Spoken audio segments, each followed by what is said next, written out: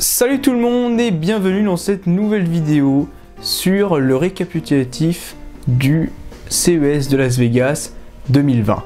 Cette année, le CES, comme d'habitude, on voit beaucoup de matériel, beaucoup d'annonces qui sont pas très intéressantes et aussi beaucoup de matériel qu'on n'aura jamais, notamment des télévisions totalement énormes, encastrées dans des meubles, qui sont franchement pas très intéressantes pour nous vu qu'on ne l'aura jamais. Il y avait une annonce qui était très intéressante, à savoir la pomme de terre connectée Bluetooth, je sais plus ce qu'elle faisait, enfin c'était pour se moquer de tout le CES tout simplement, en montrant voilà, on a une pomme de terre connectée. Voilà, c'était juste une petite annonce sympathique. Je trouve ça marrant de dénoncer tous les produits qui sont pas intéressants au CES. Donc un petit plus, je trouvais cette année. Alors on va commencer par les télévisions. Le CES cette année, on a eu la 8K qui a été beaucoup mis en avant. L'année dernière on avait la 8K, mais c'était encore des les Samsung qui annonçaient leurs produits sortis en France, partout dans le monde. Mais voilà, ça coûtait une fortune. Enfin, ça coûte toujours une fortune. Et voilà, c'est le tout début, il n'y a pas grand chose. C'est pas intéressant du tout d'acheter. Cette année, il y a eu plein de marques qui ont annoncé ça, mais il y a eu une petite association pour créer un logo certification 8K, donc qui regroupe certaines normes obligatoires à avoir, c'est-à-dire que sur certaines marques, vous aurez la certification qui vous permettra de savoir que vous avez bien la définition, vous avez l'HDMI 2.1, donc qui permet le 48 gigabits par seconde, enfin énorme, et donc un très bon débit dans le câble, donc des normes spécifiques avec ce logo là. Et il y a d'autres marques qui n'ont pas annoncé en fait d'association avec ce logo là, donc vous aurez des marques qui seront équivalentes point de vue technologique mais qui n'auront pas le logo, donc c'est assez compliqué.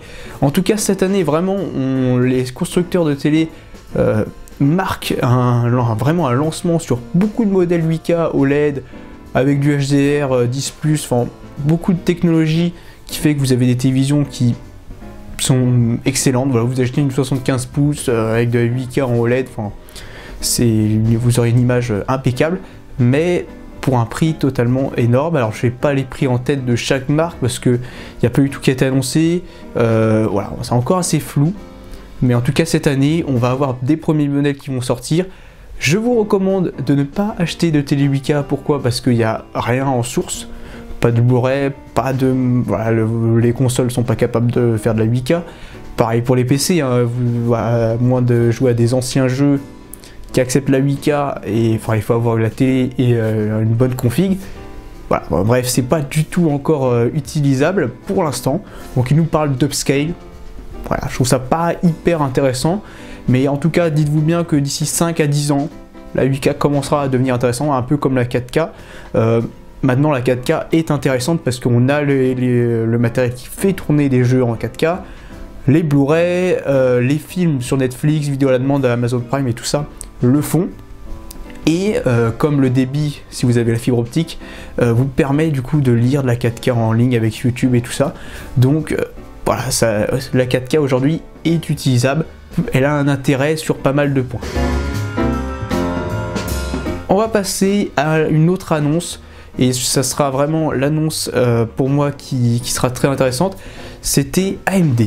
AMD qui ont fait des grosses annonces, mais vraiment des annonces qui pour moi font que Intel sont vraiment mal, mais très mal cette année.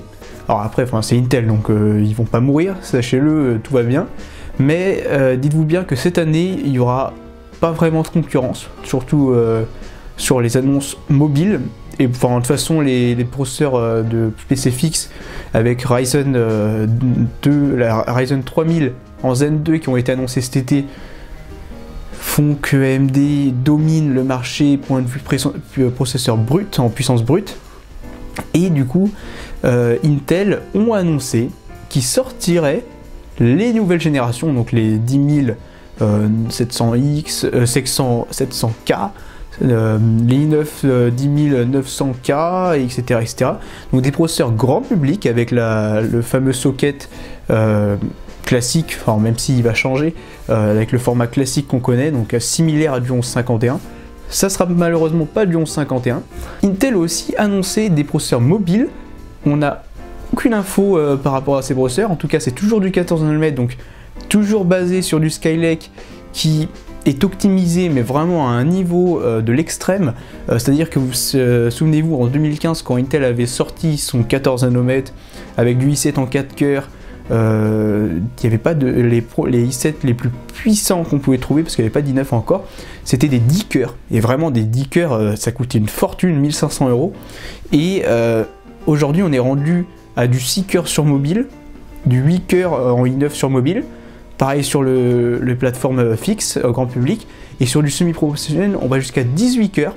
Le gros problème c'est que la consommation, et du coup si la consommation est énorme, vous avez une perte d'énergie énorme, donc ça chauffe beaucoup et il faut refroidir tout ça, et c'est le gros souci de ces processeurs là, c'est qu'ils ont beau être très puissants et le prix qui descend parce que Intel sont obligés à cause d'AMD, donc c'est plutôt pas mal pour nous, même en baissant le prix c'est des processeurs qui chauffent beaucoup trop pour la puissance comparée à AMD qui eux sont passés en 7 nanomètres avec une architecture toute récente, donc le Zen 2, et du coup Intel sont vraiment coincés à ce niveau là. On nous annonce des i9 donc du coup qui vont passer en 10 cœurs sur la plateforme PC fixe, et sur la plateforme mobile on ne sait rien du tout pour l'instant. J'imagine qu'ils vont rester sur ce qu'il y avait déjà sur les 9750H donc en i7 pour la plateforme mobile, et pour les i9 donc c'était les 9880 ou je sais plus en 8 cœurs, donc qui étaient hyper puissants, mais malheureusement c'était des processeurs qui étaient disponibles sur du XPS 15 à très cher, du ZenBook Pro Duo, du MacBook Pro 16 pouces ou 15 pouces, et on avait des PC gamer 17 pouces très épais qui là avaient du i9, mais là aussi ça coûtait très cher. Donc en fait le i9 sur mobile est pas du tout accessible. Le i7 est accessible, on peut trouver des PC à 1000, 1100, 1200 € avec du i7 très puissant. Et là AMD a annoncé des processeurs mobiles, toute une série, donc Ryzen 3, Ryzen 5 et Ryzen 7, pas de Ryzen 9, et vous allez voir qu'il n'y en a pas besoin. Donc l'année dernière on avait les Ryzen 7 et Ryzen 5 et Ryzen 3 avec l'architecture Zen+, parce qu'en fait il y a un décalage quand ils vous annoncent de série 3000, en fait c'est sur la série 2000 de PC fixe. Donc dites-vous bien que c'est l'architecture qui est sortie avant, pas la nouvelle. Là on nous annonçait les séries 4000 mobiles, et en fait c'est basé sur les séries 3000 PC fixe. Donc voilà, c'est pas très clair, je pense que c'est pour point de vue marketing c'est plus intéressant de dire c'est la série 4000 que série 3000. Voilà, c'est juste ça, mais c'est l'architecture de la série 3000 qui est excellente. Et du coup on a eu le processeur le plus puissant, à savoir le Ryzen 7. L'année dernière le Ryzen 7 c'était un 4 cœurs, et là on passe pas à 6 cœurs mais à 8 cœurs. Donc tout de suite du coup 2 fois plus de cœurs, là tu te dis ah oui c'est pas mal, gravé en 7 nanomètres. Fréquence de base on est à 2,3 et on monte à 4,2 GHz sur le processeur le plus haute consommation, donc le Ryzen 7 4800H.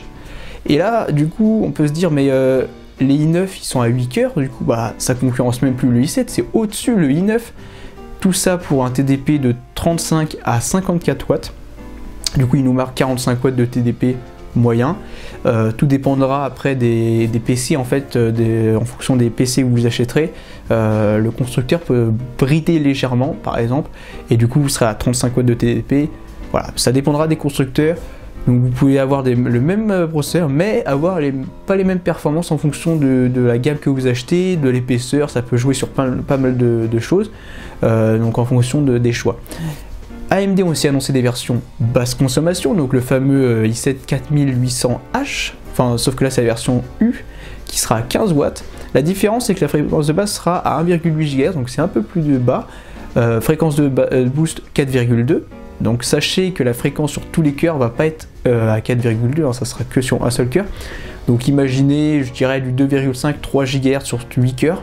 En basse consommation c'est déjà énorme. C'est-à-dire qu'on a eu Asus qui a annoncé 4 modèles de PC, à savoir un G14, G15, donc le G14 c'est un PC portable 14 pouces avec le fameux Ryzen 7, une RTX 2060 Max-Q, bref, des monstres de puissance, totalement portables, fins, légers. C'est hyper bien, c'est fait que vous pourrez acheter des PC sans payer une fortune, c'est-à-dire que lui, le G14 et le G15 ont été annoncés autour des 1500 € le prix de départ. Donc pour la puissance qu'il y a, c'est vraiment pas mal, donc ça permettra de faire du montage vidéo, montage photo, rendu 3D excellent, vraiment le processeur va gérer, plus la 2060 où là tout va bien. On a eu les Asus TUF en A15 à 17, donc qui sont des versions 15 et 17 pouces, avec une grosse batterie, des processeurs plus puissants, enfin des processeurs AMD. On a eu une déclinaison Intel qui a été très peu énoncée. Pourquoi? Parce qu'on n'a pas d'informations tout simplement, et je pense que Intel a pas grand chose à dire à ce niveau-là, parce que AMD ont tout simplement voilà, ils ont posé, ils ont arrivé, voilà, on a les meilleurs processeurs mobiles, je pense, hein, parce que Intel, je pense pas qu'ils vont vraiment dominer, à part peut-être le i9 qui sera sûrement un petit peu plus puissant que le Ryzen 7, un petit peu plus, mais quand on regarde le prix, aussi bon rapport qualité-prix que le Ryzen 7, donc résultat, AMD vont dominer le marché cette année, et proposons, on aura des PC portables pour pas une fortune, avec une puissance monstrueuse, c'est-à-dire que les Ryzen 5 sont en 6 cœurs, donc voilà, donc ils concurrencent un i7 de l'année dernière. Donc là on est carrément changement de programme comparé à l'année dernière, c'est carrément du haut de gamme. Donc c'est à dire que les Ryzen 3 sont des 4 cœurs avec hypertraining avec des fréquences qui vont jusqu'à 3,7 GHz, donc même pour l'entrée de gamme c'est très puissant. AMD ont aussi annoncé une carte graphique, la RX 5600, 600 XT, 600M, donc on a eu 3 déclinaisons, donc la 600 ça sera la version de base, la 600 XT ça sera la version overclockée avec un petit peu plus de cœur, et il y aura la 600M qui sera une version mobile. Donc on a eu Dell qui a annoncé un PC avec 100% AMD, MSI qui a annoncé le Alpha 15 version 2020 avec le Ryzen 7 dernière génération et la fameuse RX. Donc là aussi la RX concurrence la 1660, ce que AMD ne concurrençait pas jusque là. Autre annonce, et ça sera je vais terminer là-dessus, c'est AMD qui a annoncé le fameux Ryzen 3990X, donc les Threadripper. Les Threadripper, c'est les gros processeurs semi-professionnels d'AMD qui jusque-là depuis l'année dernière avec l'architecture Zen Plus était maximum 32 cœurs. Cette année on a eu le fameux 32 cœurs renouvelé avec la nouvelle architecture, et vu le nom qu'il avait on pouvait se dire ah il y aura une version plus puissante, peut-être 48 voire 64 cœurs, et là AMD ont lancé un 64 cœurs, fréquence de base 2,9 GHz sur 64 cœurs avec hypertraining, avec une mémoire cache, je crois que c'est 256 mégaoctets de cache L3, ce qui est gigantesque, mais vraiment c'est point de vue puissance brute. Le prix du processeur 4000 $, donc un prix énorme, mais quand on regarde la puissance, bah si vous voulez un Xeon le plus puissant c'est un 28 cœurs, ça coûte 15 000, non, entre 10 000 et 15 000 $. Ça fait qu'AMD ils dominaient déjà avec les Threadripper 32 cœurs, donc là ils vont carrément Intel, ils sont foutus. Pourquoi Intel ne concurrence pas? Parce qu'ils sont sur leur 14 nanomètres qui, malgré une optimisation d'Intel qui est quand même sacrément impressionnante, ils ont du mal à faire plus. On n'a pas eu de 10 nanomètres d'annoncé avec la nouvelle architecture, avec Iris+, plus puissant, machin. On n'a pas eu d'annonce parce que en fait Intel fabrique leur propre processeur et ont du mal à proposer une architecture qui fonctionne correctement. Du coup on a peu de processeurs 10 nanomètres, et les processeurs 10 nanomètres d'Intel sont peu puissants comparés aux 14 nanomètres. C'est pour dire que vraiment la maîtrise du 14 nanomètres, donc l'architecture Skylake, est énorme, et l'architecture avec le 10 nanomètres, je sais plus c'est quoi son nom, ils ont du mal, Intel.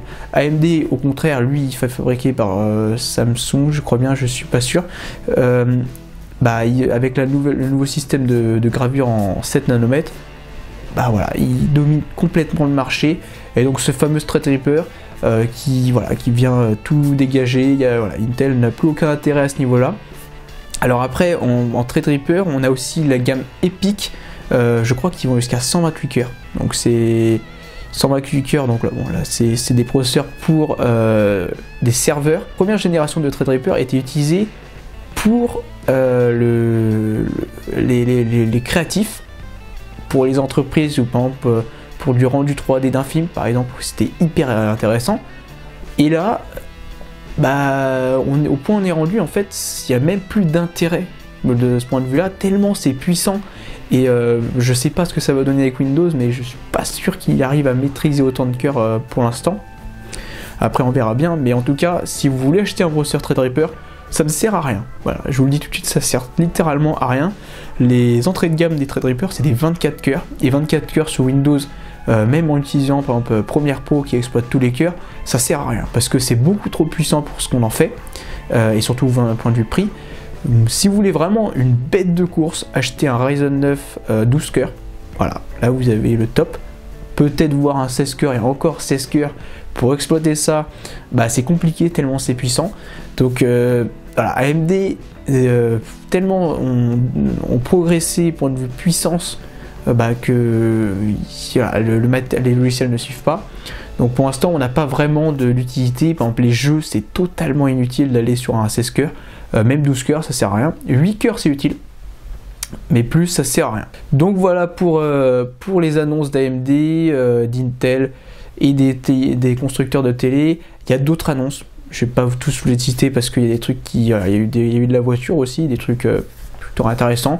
Mais en tout cas le CES, c'est ce qu'il faut retenir, c'est que si vous voulez acheter un PC portable, cette année, ça va être très intéressant. Donc voilà pour cette petite vidéo. N'hésitez pas à la commenter, dites-moi votre avis sur ce CES, sur ces annonces qui ont été faites, même sur des choses que je n'ai pas parlé. Et je vous dis à la prochaine vidéo. Salut!